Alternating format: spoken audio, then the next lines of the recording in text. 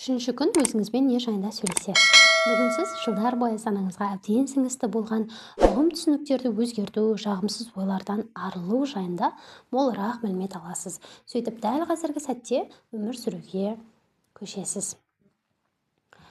Егер өзімізді төмендететін болсақ, өмірдің мәні біз үшін көк тиынға татымайды. Ал егер өзімізді жақсы көріп бағаласақ, онда өмір шат-шадыман ғажайып сыйға айналады. Өміріңіз бақытсыздыққа толы болса, немесе осы күніңізге көңіліңіз толмаса, ата-анаңызды немесе Құдайды кінәлап, мұның бәрі солардың кесірінен деп айта салу өте оңай. Алайда соларды кінәлағанның өзінде жағдайыңыздың бірден жеңілдеп, кенет бақытты болып кетпейсіз. Проблемалар сол күйінше қала береді.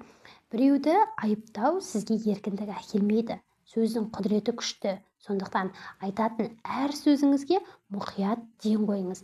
Егер негативті немесе ойыңызды шектейтін сөздер айтқаныңызды байқасаңыз, оларды түзетуге болады. Мысалы, өмірі ештеңені дұрыс істемейсің деген сөзді мен қабілетті адаммын және жолымда кездескен кез келген істі дөңгелетіп әкетемін деген аффирмацияларға айналдыруға болады. Үшінші күннің айна жаттығуы. Айнаның алдына барып тұрыңыз, не отырыңыз, көзіңізге тура қараңыз. Мына аффирмацияны айтыңыз. Өзіме не десем де, оны тек махаббатпен айтамын.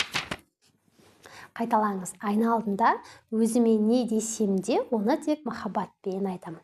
Кішкентай кезіңізде естіген сөздер әлі күнге дейін көкейіңізде жүр ме? Айталық, сен ақымақсың, сенен дұрыс адам шықпайды, немесе тағы да басқа түрлі мазақ сөздер ойға оралуы мүмкін. Негатив сөздермен жұмыс істеуге уақыт бөліңіз және оларды оң аффирмацияларға айналдырыңыз.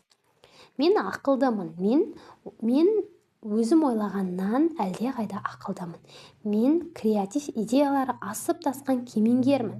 Мен керемет адаммын. Мен тартымдымын. Мен жақсы көруге лайықпын. Осы жаңа жағымды аффирмациялардың бір-екеуін таңдап, оларды қайталай беріңіз. Өзіңізді жайлы сезінгенше айта беріңіз. Күні бойы айнаның жанынан өткен сайын немесе бейнеңізді көрген сәтте сәл аялдап, осы сүйіспеншілікке толы аффирмацияларды қайталаңыз.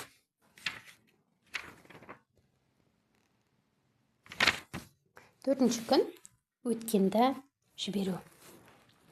Бүгін сіз өткенді жіберіп, кінәдан арыла бастайсыз. Жаныңызды жаралаған адамдарды кешіресіз және өз жолыңызды әрі қарай жалғайсыз. Өткен күндерде жүрегіңізді жаралаған кей адамдарды ұмытып, өзіңізбен тек жақсы нәрселер жайында сөйлесуді ақырындап үйреніп келесіз. Осы жаттығуды күн сайын үзбей жасап, санаңызға барлық ескі ойларды қайта бағдарламау үшін айнамен жұмысты пайдаланып, өзіңді күннен күнге жақсы көріп келе жатқаныңыз үшін сізді сондай мақтан етемін. Кішкентай кезімізде санамызға сіңген әрбір тыйым, әрбір түсінік, біз айтқан әр сөз, жасаған әрбір әрекет, бастан кешірген бүкіл оқиғалар өзімізге, ішімізге, құрсақ өрімінде жазылып, сақталып қалған.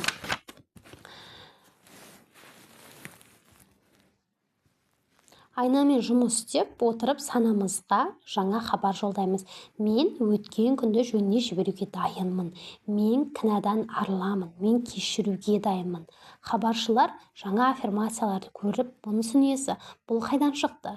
Біз бұны неге бұрын-соңды көрмегенбіз деп таң-тамаша болсын. Күн сайын өткенді ойламаудың және үйлесіммен өмір сүрудің жаңа әдісін үйренесіз. Қандай керемет болатынын ойланып көріңіз. Төртінші күннің айна жаттығуы. Айна алдында тұрыңыз, терең дем алып, тыныш шығаратын кезде денеңіздің бүкіл ауырлықты қоса шығарып жіберіңіз. Денеңізден бүкіл ауырлықты қоса шығарып жіберіңіз. Маңдайыңызға қараңыз және санаңызда қайталай беретін бүкіл ескі сенімдер мен жағымсыз ойларды бір жола лақтырып тастайтын түймешекті басып тұрмын деп елестетіңіз. Қолыңызды созып, осының бәрі жазылған жазбаны басыңыздан жұлып алып лақтырып жатырмын деп ойлаңыз. Енді көзіңізге үңіліп былай деңіз. Қане, ізгілікке толы ойлар мен аффирмациялардан тұратын жаңа бағдарлама жасайық. Мына аффирмацияларды дауыстап айтыңыз. Мен бәрін өз жөніне жіберуге дайынмын. барлығынан арыламын, босатамын. Бүкіл ауырлықты қоя беремін. Бар қорқынышымнан арыламын. Ашу-ыза өзімен кетсін. Өзімді барлық кінәдан босатамын. Бар мұңымнан арыламын. Ескі шектеулер мен сенімдерден құтыламын. Бәрінен азаттық алып, тыныштық табамын. Мен өзіммен татумын. Өмір процесімен үйлесімдемін. Бар жамандықтан аулақпын. Осы аффирмацияларды 2-3 мәрте айтыңыз. Күні бойы қандай да бір ауыр ойлар мазаласа, қолайнаңызды шығарып, осы аффирмацияларды қайталаңыз. Оны қайталау күнделікті өмірдің бір бөлігіне айналуы үшін олармен жақын таныс болыңыз.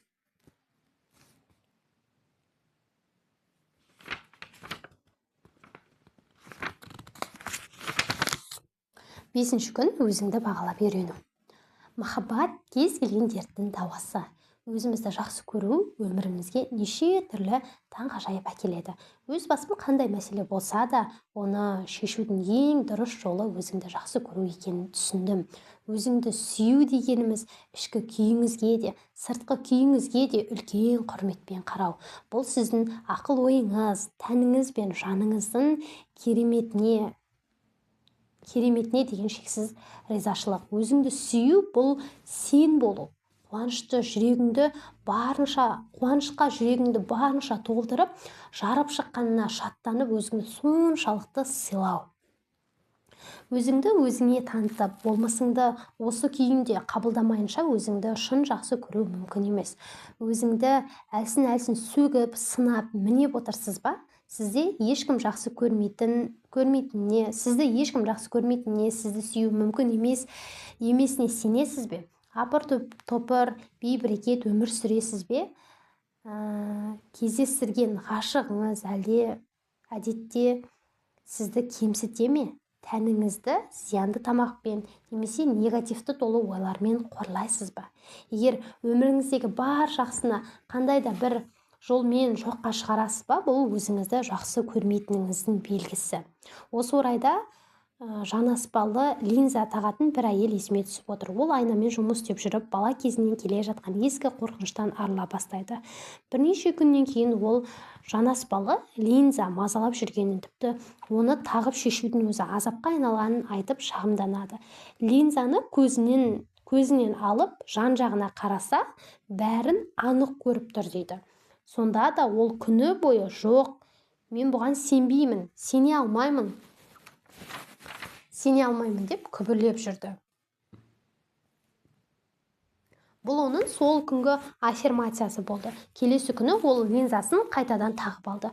Ол өзінің көру қабілеті аз уақытта жақсарып кеткеніне сенбеді. Яғни сенуге өзіне рұқсат бермеді. Сөйтіп, шынымен де қос жанары қайтадан бұрынғы қалпына түсті. Ғалам оған сұрағанын берді. Міне, ойларыңыздың қаншалықты құдіретті екенін осыдан көруге болады. Олай болса, мына аффирмацияларды айтыңыз. Менің қолымнан бәрі келеді, мен қабілеттімін, мен сүюге лайықпын. 5-ші күннің айна жаттығуы. Айна алдына барыңыз, көзіңізге тура қараңыз. Мына аффирмацияны айтыңыз. Мен өзімді сүйемін және қолдаймын. Аффирмацияны қайталай беріңіз. Мен өзімді сүйемін және қолдаймын. Осы аффирмацияны күніне кем дегенде 100 мәрте қайталаңыз. Қағыс естіген жоқсыз 100 рет. Махаббат пен мақұлдауды өзіңіздің күшіңізге айналдырыңыз. Айнаның жанынан өткен сайын немесе бір жерден өз бейнеңізді көрген сәтте осы аффирмацияны қайталаңыз. Бұл менің жылдар бойы жүздеген адамға беріп келе жатқан жаттығуым. Оны орындаған адамдар шынында да таңғаларлық нәтижеге қол жеткізді.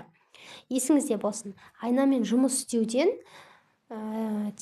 теориялық пайда жоқ. Ол тек іс жүзінде жемісін береді. Сіз оны жасасаңыз, өміріңіз шын мәнінде өзгереді. Сіз өзіңізді жақсы көріп, құрметтеуге көбірек көңіл бөлу арқылы баса көктеп кіріп, көкейде тұрып алатын теріс ойларды ақырын ғана жөніне жібере аласыз.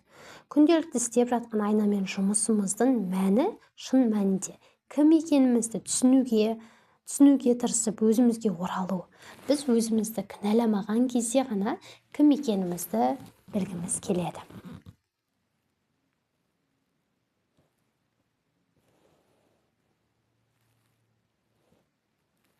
Ғаламат күш ішіңізде 5-ші күннің күнделік сұрақтары.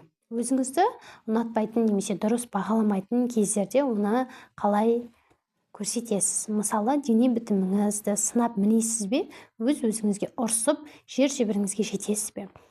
Басқалар сіз туралы қандай жағымсыз нәрсе ойлауы мүмкін, соларды жазыңыз. Оның әрқайсысын оң пікірге айналдырып, аффирмацияны қолдан жасаңыз. Мысалы, анам маған сенбесін дейді деген ойды осы тұрған бар болмысыммен әдемімін деп өзгертуге болады. Өзіңді жақсы көруге қандай себебіңіз бар, бәрін тізіп жазып шығыңыз. Адамдар неліктен сізбен бірге уақыт өткізгісі келеді, сол жайында бөлек тізім жасауға болады. Осы махаббатқа толы тізімдерді күн сайын көзге көрініп тұратын бір жерге іліп қойыңыз. Таңертең ұйқыдан ояна сала тағы бір күнді өзіңізбен бірге өткізетіңізді ойлап, қуаныш сезіне аласыз. 5-ші күннің медитациясы өзіңді бағалауды үйрететін аффирмациялар.